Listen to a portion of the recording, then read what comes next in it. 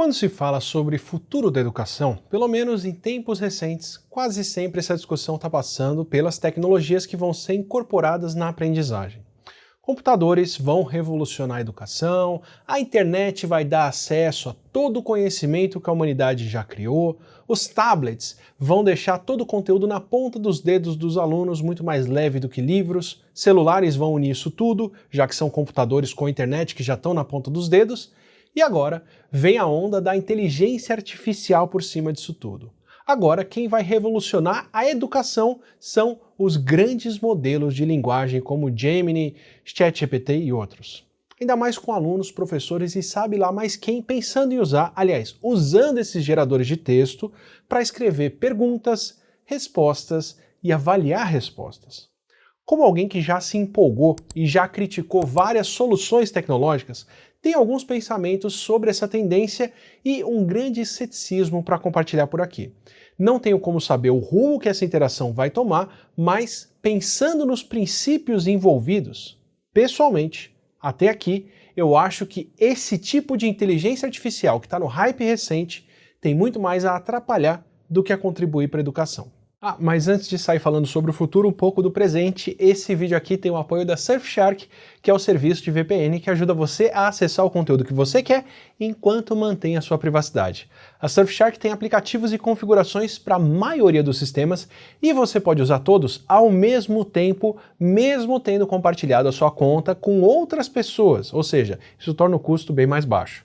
Também é rápida, sem engasgo, não mantém histórico de navegação e outros dados e já passou por auditorias e, como eu já disse por aqui, eu uso a Surfshark principalmente quando eu estou em viagem, quando eu estou acessando redes de Wi-Fi, de hotéis, eventos e afins, já que com a VPN o meu acesso é encriptado e eu fico com mais uma camada de proteção para acessar e-mails e outros serviços com dados sensíveis nesse meio. E a Surfshark tem outras formas de proteger além da VPN. Assinando o Surfshark One, além da VPN, você tem alerta de vazamentos dos seus dados, busca com privacidade e ainda tem um serviço como o Alternative ID, que gera dados para você poder preencher aqueles sites que pedem e-mail, nome e outras informações como data de nascimento sem precisar disso. Assim você pode receber as mensagens de confirmação no seu e-mail real sem revelar o seu endereço e os seus dados. E se aquele serviço for invadido ou se vender os seus dados, a sua informação real continua privada e protegida. Se você quer comprovar o que eu estou falando, escaneie o QR Code que está aqui na tela, testa a Surfshark sem risco, já que se você não gostar do serviço, eles dão 30 dias com devolução do seu dinheiro garantida e se você aproveitar o nosso cupom ATILA, você ainda vai ter 4 meses extras grátis de assinatura da Surfshark. Então aproveita para conhecer e garantir a sua privacidade com a Surfshark. Toda nova tecnologia já foi idealizada na educação. Livros impressos, correios, computadores, todos iam substituir as salas de aula e revolucionariam a educação. Em 1920, o jornal Cedar Rapids Evening Gazette comentava como em 1995 as aulas de história usariam filmes para ilustrar o passado, e não aqueles fantasmas em livros. Essa é uma reportagem da revista Science and Invention, de 1924, comentando sobre as inovadoras radioaulas, onde a pequena Mary Jane de fone de ouvido poderia ouvir aulas pelo rádio, que tomariam o lugar de livros e material impresso pesado e desajeitado. Em abril de 1935, a revista Shortwave Craft mostrava um professor da New York University dando aulas pelo telefone/rádio da sala de casa, enquanto os alunos ouviam e perguntavam da sala de aula. Sim, a aula remota já tem quase 90 anos. Também tinha um esquema mostrando como no futuro as universidades usariam a televisão para transmitir imagens além do áudio, o que resolveria o desafio de ensino remoto de matérias como geometria, que precisavam de gráficos. Várias tecnologias acabaram ajudando e ficaram, só que nenhuma delas realmente mudou radicalmente um processo que é essencialmente humano de aprender.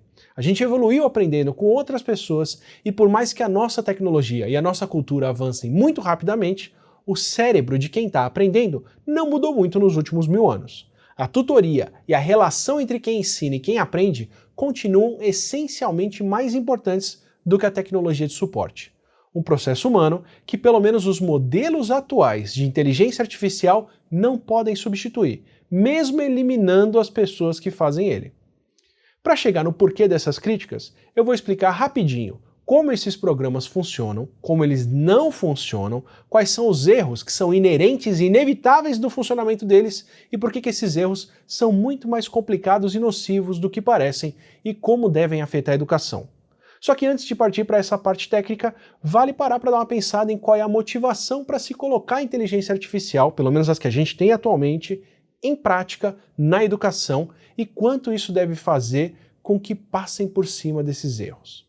Já reparou como, enquanto uma TV de tela plana ficou mais barata desde quando foi lançada, serviços ficam cada vez mais caros, como um show, um corte de cabelo ou um atendimento médico particular? Tem um economista chamado William Baumol, que propôs uma explicação que ficou conhecida como efeito de Baumol ou doença de Baumol, para explicar o porquê disso. Segundo ele, a ideia para responder isso começou na década de 1960, estudando economia da arte, quando ele reparou que músicos ganhavam muito mais nessa época do que 100 anos antes, mas não produziam muito mais música. A explicação que o Baumol achou, a tal da doença do custo dele, seria que o resto todo da sociedade se tornou muito mais produtivo graças a máquinas, computadores e ferramentas, e com o tempo, nessas outras áreas que ficaram mais produtivas, os salários aumentaram com essa produtividade, enquanto os produtos que são criados com essas tecnologias se tornaram mais baratos. Os pregos, por exemplo, já foram tão custosos para se produzir à mão que eram transmitidos como herança e recuperados de escombros, enquanto hoje em dia são feitos por máquinas aos milhões por uma fração de centavo. Enquanto no mercado de serviços, a produtividade não pode aumentar desse jeito. Um cabeleireiro ainda leva os mesmos 40 minutos ou mais para cortar o cabelo de alguém, enquanto uma pessoa pilotando uma colheitadeira de grãos pode colher uma área cada vez maior a cada ano. Um parto ainda leva horas para acontecer e uma aula presencial ainda consome o mesmo tempo e forma o mesmo número de alunos por sala. Segundo Baumol, para o mercado de serviços continuar atraindo profissionais que poderiam ganhar cada vez mais em outras áreas, os preços precisam subir e o custo dos serviços tem que aumentar, pagando mais pela mesma baixa produtividade. O que faria os serviços que não ganham produtividade com tecnologias tão rápido, como educação, saúde, segurança e outros, ficarem cada vez mais caros do que a inflação média. Eu não sou economista e, por favor, apontem os erros óbvios do que eu vou cometer agora. Só que, para mim, a teoria do Baumol tem alguns buracos, como o fato de que os salários de quem presta muitos serviços, principalmente os salários de quem dá aula, não subirem mais do que a inflação, mas nem de longe. Eu não sei onde esses profissionais estão exigindo salários maiores, mesmo com serviços ficando mais caros. Aliás, eu não sei nem se os salários de quem trabalha em áreas que realmente ganharam produtividade com tecnologia aumentaram conforme a produtividade aumenta. Porque pelo menos nos Estados Unidos, os salários deixaram de crescer proporcionalmente à produtividade a partir da década de 80, desde quando cresceram 4,4 vezes menos do que a produtividade. E eu já deixo aqui a recomendação da conversa com o Rui Braga sobre o futuro do trabalho, onde ele explica esse fenômeno. Só que, certo ou errada, o que realmente importa é a percepção de que a doença do custo de Baumol, olha a conotação, doença de custo, vem do fator humano. Errado ou certo, acreditar que esse fenômeno explica o custo de serviços aumentando faz você ver o fator humano como o gargalo econômico para fazer serviços em escala, serviços que cresçam em produtividade como cresce a produção de celulares. Então, eliminar esse fator humano, a limitação de quem faz, seria uma forma de aumentar muito mais o lucro, de tornar esses serviços bem mais acessíveis a um custo muito mais baixo para muito mais gente, o que é o grande propósito, claro. Então, toda a explicação que eu vou dar daqui para frente depende de qual vai ser a direção da mão invisível da inteligência artificial. Se ela está sendo usada para dar mais educação e de mais qualidade a um custo menor para mais gente, ou se ela vai ser usada para eliminar humanos do processo, de forma que o processo possa crescer em escala, sem custar mais, dando mais lucro, mesmo se a educação resultante for pior do que a que temos hoje. E tão cara quanto. Dito isso, então, vale entender que a inteligência artificial que a gente tem no momento agora, os grandes modelos de linguagem como o Gemini e o ChatGPT, não são inteligentes. Eles não raciocinam, são processadores e derivadores de informação. No vídeo sobre quem tem medo do ChatGPT, eu explico que o T é de Transformer. Explico a sigla e como os algoritmos que movem esses programas vêm de tradutores que podem ser treinados ingerindo informação e relacionando melhor as palavras dentro de um contexto para fazer uma tradução mais coerente. e que depois precisa de pessoas avaliando o que é produzido e reforçando o que ficou bom ou inibindo o que fica ruim. Esse tipo de ferramenta é muito poderosa para gerar um texto, como uma resposta a uma pergunta, ou até criar uma imagem, ou um vídeo, ou o que for, usando os dados de treino, só que ela não tem raciocínio. Isso é muito diferente como a gente aprende. Como nós podemos interagir com o que a gente está aprendendo, seja falando com outras pessoas ou manipulando objetos no mundo real, nós humanos somos capazes de absorver muito mais informação com um treino muito mais simples do que os modelos de linguagem que precisam de centenas de milhares de livros para treinar relacionamento entre palavras. Entender que o processo como nós aprendemos é fundamentalmente diferente de como os modelos são treinados é muito importante para entender que eles sempre vão gerar conteúdo errado.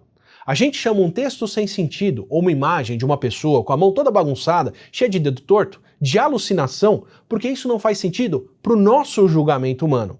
Mas para o programa que gerou essa imagem ou esse texto, tanto faz. Você pode reforçar o treino do modelo com mais imagens de mãos, pode passar mais tempo recompensando imagens com 5 dedos, e ele pode gerar mãos mais precisas. Mas não porque ele aprendeu uma regra dizendo que as mãos humanas têm um número X de dedos. Por exemplo, eu testei o Gemini do Google para poder fazer o tipo de trabalho que eu mesmo faço para encontrar convidados, pessoas para trazer para o não ficção.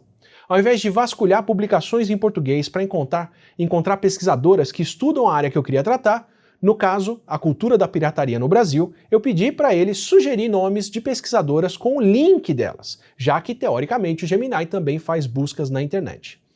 Todos os nomes e todos os estudos que me devolveu foram inventados. Todos fazem sentido, os títulos são coerentes, mas não existem. O único nome que realmente corresponde ao link que foi apresentado foi de uma pesquisadora da Universidade Federal do Ceará chamada Juliana Lima. Só que o link é de uma outra UFC, da lutadora Juliana Lima. Pode até ser que em inglês, em áreas que tem muito conteúdo na internet, esse tipo de pedido até funcione bem. Só que quanto mais particular é o contexto, quanto mais ele foge dos dados de treino, como é o caso do contexto educacional no Brasil ou qualquer país fora dos Estados Unidos e da Europa, maiores as chances de erros. Ah, e uma entrada à parte aqui, desculpa, inclusive eu estar com roupa diferente do resto do vídeo, mas entre gravar esse vídeo aqui e publicar ele, o Google lançou o Overview AI, ou AI Overview, nas buscas, que meio que confirma esse vídeo e o vídeo onde eu falo que a busca que a gente conhece do Google está acabando ou vai acabar. Porque agora eles têm uma ferramenta que resume a informação e te apresenta no topo da busca, sem você ter que acessar os sites e clicar nos links que estão depois, que era o que eu falava que ia acontecer no fim do Google. E esse AI Overview, inclusive porque agora pode ler os comentários do Reddit, apresenta a informação de uma maneira tão errada, que joga tão fora o que o Google construiu por mais de 20 anos de busca, que meio que confirma o que eu estou falando aqui. Porque ele indexa, inclusive, comentários do Reddit com brincadeiras e outras coisas, e apresenta isso como se fosse uma informação real. Então tem gente buscando, por exemplo, por quantas pedras alguém pode comer por dia, e ele fala, mais ou menos 1 ou 2 pedras está tudo bem, ou como eu deixo a minha pizza de queijo mais apetitosa, e aí tem um comentário de alguém que escreveu há anos atrás, coloca cola no meio do queijo na hora de fazer a pizza, que ele vai ficar mais esticadinho, e ele apresenta isso como se fosse uma resposta normal para a sua pergunta. E a cereja no bolo, o CEO do Google já falou que inteligência artificial delira mesmo e não tem o que fazer, e agora eles estão tendo que manualmente achar quais são as buscas que dão resultados absurdos e tirar esses resultados do meio da apresentação. Então você sabe, a empresa está tendo que prever o que as pessoas vão buscar para tirar a desinformação de lá no meio, porque a ferramenta que eles construíram, que acaba com a outra ferramenta de busca deles, apresenta resultado falso como se fosse verdadeiro, por definição, o tempo todo. Então meio que confirmando tudo que está aqui, mas enfim, esse vídeo continua válido, o vídeo de fim do Google também, segue a conversa, desculpa a interrupção. E quanto melhor e mais bem treinados forem esses modelos, GPT-4, Gemini 1,5 ou o que for, melhores eles vão ficar em fazer erros mais coerentes, que não parecem erros. Isso é só uma alucinação porque o nosso julgamento avalia que aquilo não faz sentido. Aplicar esse tipo de programa para criar aulas, para guiar alunos, para responder dúvidas ou afins, enfim, para substituir a tutoria humana, é expor quem está aprendendo aos erros mais difíceis de notar. Ao invés de fazer uma combinação poderosa de humanos e tecnologia, que seriam centauros poderosos, que deixam humanos julgarem e criarem, e a tecnologia checar os nossos erros e acelerar o processo dando produtividade, a gente vai acabar fazendo o centauro reverso que o Cory Doctorow sempre cita, onde um programa toma decisões e comete erros, e nós perdemos o controle da situação e temos que ficar correndo atrás de revisar cada linha do que ele gerou para encontrar esses erros. E quanto mais coerentes forem os erros, mais difícil vão ser de achar. Qual que é a dificuldade que os alunos teriam? É só ver o que acontece com as pessoas teoricamente mais qualificadas para encontrar erros, que são cientistas. Porque para uma publicação científica ser aceita, disponibilizada, teoricamente, ela precisa ser uma ideia original, escrita por pessoas super qualificadas, que submetem um trabalho que vai ser lido por editores, que vão encaminhar esse trabalho para pelo menos 2 pessoas especialistas daquela área técnica que vão ler esse trabalho com todo cuidado, avaliar as ideias e os resultados apresentados, julgar se são coerentes e, só no melhor dos casos, aceitar que essa publicação aconteça. Artigos científicos, teoricamente, foram escritos, recebidos, lidos e revisados pelas pessoas mais competentes para julgar aquela informação. Se tem algum meio onde a poluição gerada por modelos de linguagem de inteligência artificial não deveria aparecer, é em publicações acadêmicas. Teoricamente. Porque na prática, não faltam artigos científicos com sentenças que começam com a resposta padrão do ChatGPT ou de outras ferramentas, o que é um indicativo de que quem escreveu não se deu ao trabalho de copiar e colar a partir do ponto certo da resposta. E quem revisou o trabalho não leu isso, nem quem publicou.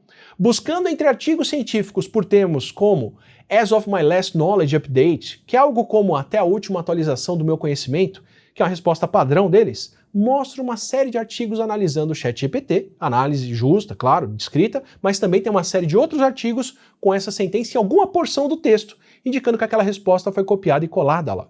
E que até a última atualização do meu conhecimento já tem pelo menos dezenas de artigos escritos com essa ferramenta, onde nem quem escreveu, nem quem avaliou sequer leu o que estava ali.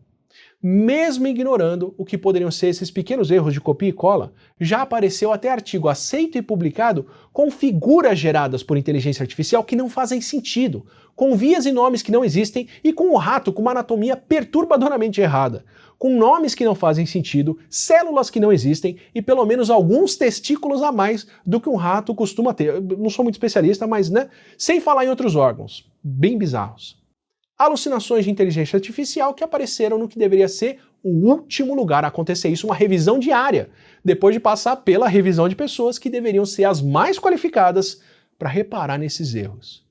Isso no caso de sinais óbvios de alteração, quando a gente checa evidências indiretas do uso de modelos de linguagem, como palavras que não são muito usadas pelas pessoas, mas que aparecem frequentemente em respostas geradas por inteligência artificial, a situação é muito pior. Palavras como notável, intrincado, meticuloso, louvável passaram a ser muito mais usadas a partir de 2003, quando os modelos ficaram disponíveis. Ou as pessoas mudaram o que elas escrevem de uma hora para outra, ou, né? Aliás, os comentários dos revisores que avaliam artigos também têm um aumento ainda maior dessas palavras. E a partir de 2024. Agora me fala, se as pessoas que estudaram por décadas, depois de uma graduação, deixam passar erros em conteúdo gerado por inteligência artificial, o que vai acontecer com o material didático que for criado assim para ensinar quem não sabe? Avaliar provas e redações também é algo bastante problemático para se terceirizar para um ChatGPT, porque a capacidade de entender o contexto do que ele interpreta tem a ver com os dados de treino e não com o contexto de onde um aluno vem.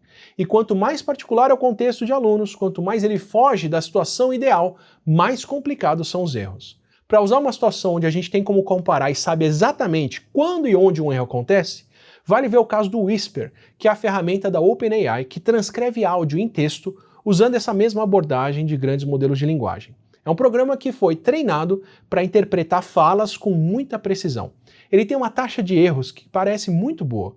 Tem um estudo comparando transcrições com falas originais que viu que cerca de 1% só das gravações foram transcritas com algum erro. Até aí, ok. Parece ótimo para ser usado em contextos da doença do custo do Baumol e dando escala para serviços humanos que são limitados e muito caros, como de repente fazer uma triagem rápida de centenas de pacientes para encaminhar ele para os profissionais de saúde certos, ou monitorar chamadas telefônicas de milhares de pessoas para levantar nomes de suspeitos de crimes para a polícia investigar alguns.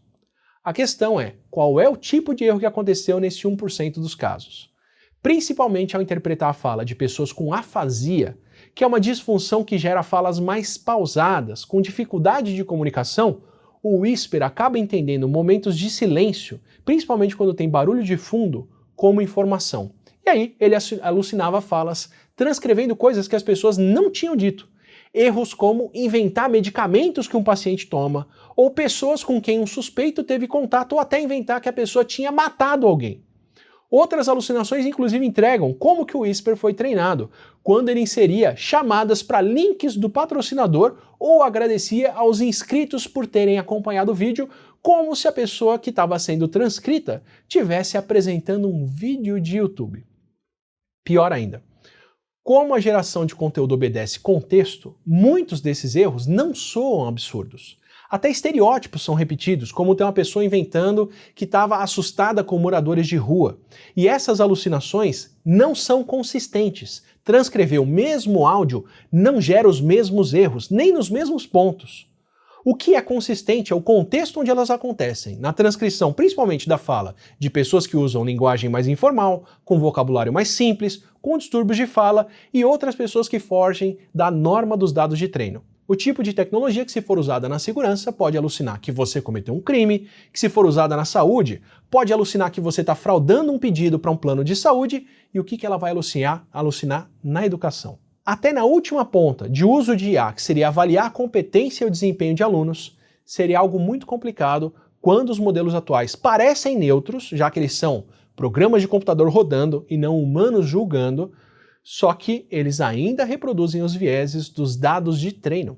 Usando o ChatGPT para avaliar currículos fictícios para uma empresa, só trocando os nomes das pessoas dos currículos para ter pessoas com a mesma qualificação, mas com sobrenomes mais típicos de brancos, negros, asiáticos ou latinos, a Bloomberg conseguiu ver que currículos com nomes típicos de negros tinham uma avaliação pior do que todos os outros. Também avaliaram currículos femininos mais favoravelmente só em posições mais estereotipicamente femininas, como para carreiras em recursos humanos. De novo, quem está nas situações mais vulneráveis sofre mais com a poluição desses modelos que se dizem neutros. Resumindo, para cada aplicação que programas de inteligência artificial atuais poderiam ser usados, preparo de material, assistência e avaliação de alunos e outros, eles cometem erros cruciais que só devem ficar mais difíceis de notar conforme os modelos ficam melhores. E só tendem a ser ignorados quando são tratados como alucinações, como desvios do que seria uma função normal, quando são uma parte essencial de como programas que não raciocinam geram conteúdo. Pode ser que programas futuros funcionem de uma outra forma e solucionem isso, só que os grandes modelos de linguagem atuais são fundamentalmente falhos como fonte de informação. E eu nem discuti efeito a longo prazo de ter alunos usando ferramentas que geram respostas prontas e, quando apresentam as fontes, fantasiam parte delas. Isso a gente vai descobrir quando e se esses efeitos acontecerem e aparecerem. Usar essas ferramentas em atividades guiadas vai ser importantíssimo para alunos entenderem como elas geram conteúdo, incluindo conteúdo falso, como elas erram e onde erram. Agora, adotar essas ferramentas como substitutas de humanos pode simular bem o que a gente faz, a ponto de eliminar as pessoas que fazem isso, mas não substitui o trabalho humano que elas fazem. Ou seja, inteligências artificiais atuais vão ser adotadas se o ponto for aumentar o lucro e não acesso a serviços que dependem de julgamento humano. Em casos como educação, recursos humanos ou até segurança, a pressão pode ser simplesmente baratear ainda mais um serviço no qual já se investe pouco, ou baratear o serviço que é oferecido para pessoas nas quais se investe pouco. Mesmo eu sendo um grande entusiasta de tecnologia, entre colocar meu filho em uma escola com muitos computadores e muito conteúdo criado e avaliado por inteligência artificial, ou uma escola com mais professoras e mais professores, mais bem pagos e com mais tempo de preparar aulas e avaliar e orientar alunos, eu não tenho dúvida nenhuma que eu fico com a segunda opção. Se você gostou desse conteúdo e quer mais conteúdo criado por humanos, produzido por humanos, apresentado por um humano e dirigido a outros humanos, aproveita, se inscreve aqui no canal, assim você recebe os próximos vídeos e os próximos podcasts, o Não Ficção, o nosso podcast de ciência do dia a dia com especialistas, onde eu converso com outros humanos interessantíssimos para trocar boas ideias. A gente se vê no próximo.